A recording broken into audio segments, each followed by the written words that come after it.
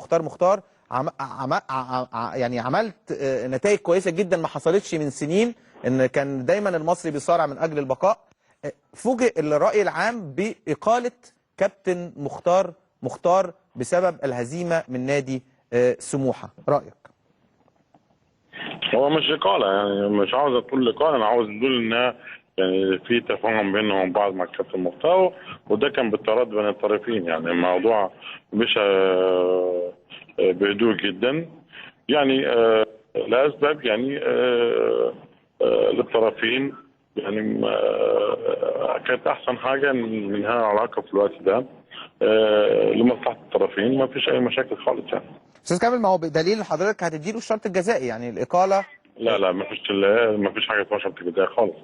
كابتن مختار راجل محترم جدا. اول حاجه العدل في شرط جزائي. مش في شهرين بان شرط جزائي؟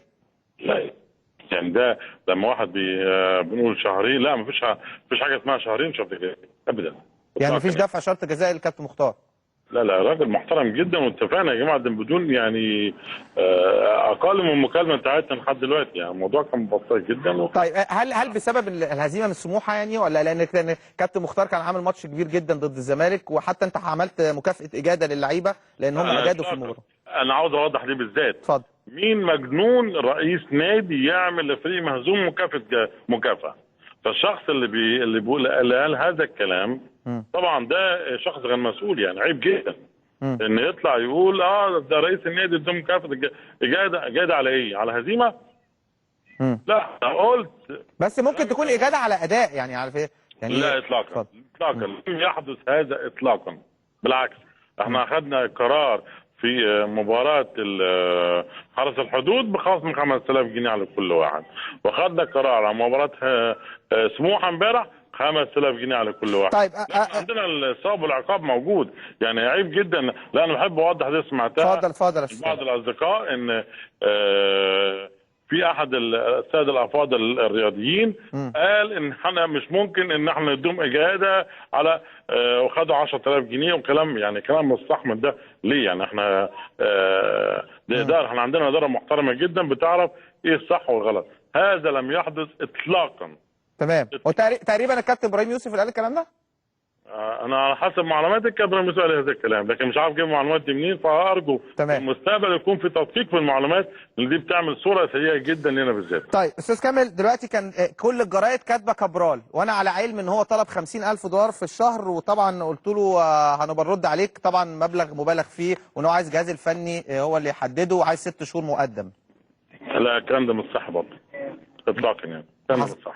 يعني ما كانش كابرال خالص؟ كابتن خالد يعني كان في تفكير في كابرال زي ما كان في تفكير من كابتن حسام. كابتن حسام هو كان بالنسبه له اول الناس المرشحين لهذا كابتن حسام البدري.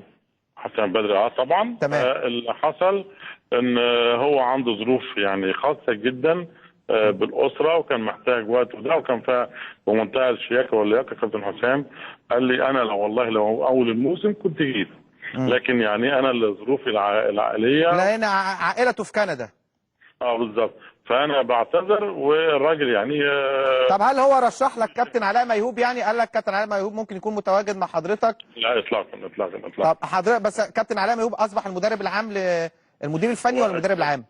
لا هو دلوقتي عشان الخبر يكون مظبوط، وانا بقول هذا الكلام تمام، علشان الكلام يكون واضح جدا، لان انا سمعت اشاعات كتيره جدا بعد الظهر، وانا بوضح النقط كالاتي.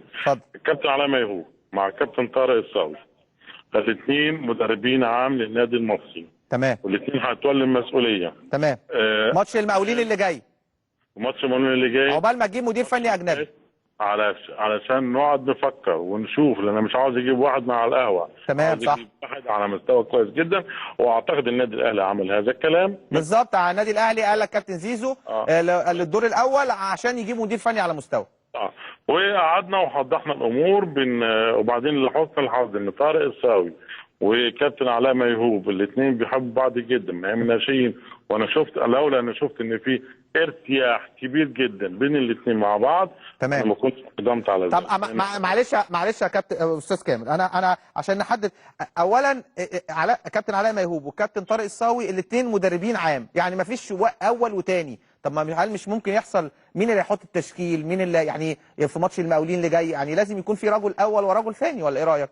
انا بقول لك ان ديت انا عارف انها الاسئله هتدار على هذا الموضوع كتير جدا، لكن انا لما قعدت مع الشخصيتين وشفت الاثنين وده انا يعني اتكلمنا في هذا الموضوع كتير جدا، والاثنين اكدوا لي ان مش هيبقى فيه اختلاف نهائي، لان الشخصيتين شخصيتين محترمين جدا ويحبوا بعض، فانا هنديهم الفرصه يا جماعه. ما عندي بص، وانا شايف ان ده هو فعلا الحل المثالي جدا، ويمكن ده تبقى احسن مفاجاه بالنسبه لنا هذا العام، الله اعلم، محدش عارف الخير. طب كان في كلام ان كابتن علاء عايز كابتن هشام حنفي معاه في الجهاز. جامع الشيخ حنفي فعلا هيصل بكره ان شاء الله، وهيبقى المدرب الثالث ان شاء الله، الثالث الموجود في الجهاز، لانهم محتاجين مساعدين. وانا النهارده قلت لهم ان احنا عايزين مدرب احمل على مستوى عالي جدا، حتى لو اجنبي احنا مستعدين نتعاقد معاه.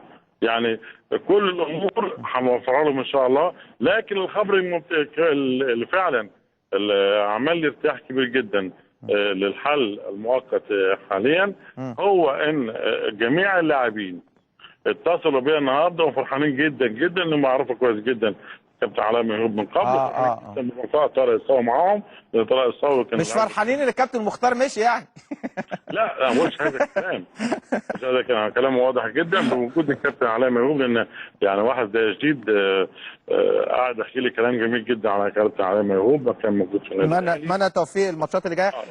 يعني هل بعد نهايه الدور الاول هيكون مدير فني اجنبي، ولا خلال 10 ايام 15 يوم تتوصل له مدير فني مميز؟ هو يعني انا هاخد وقت جامد جدا، ما اقدرش اقول الوقت بالظبط شكله ازاي، لكن هناخد وقتنا وهنستنى في ذلك، لان اللي يهمني في الاخر ان احنا نجيب واحد فعلا يكون على مستوى فعلا، يعني يكون ما يكونش واحد جاي من الدرجه طبعا. تم التجديد، ده هيقال ان في تجديد لامير عبد الحميد سنتين عشان نهايه عقده، صحيح؟ نتمنى يكون السنتين، يكون 3-4 سنين كمان، لان امير بصراحه يعني انا شايف ان ربنا يعني الحمد لله وفقه، وبقى النهارده يعني انا في رايي هو حارس مرمى الاول يعني بدون شك. شكرا الاستاذ كامل ابو علي رئيس النادي المصري البورسعيدي. مصطفى جعفر مهاجم الاسماعيلي ما بيروحش التدريبات بقاله 4 ايام غايب عن التدريبات، الله يكون في عون مصطفى جعفر. انا اعتقد ان هو بيمر بحاله نفسيه سيئه جدا. انتوا عارفين ان من شهور فاتت زوجته توفت وهي بتخلف، زوجته توفت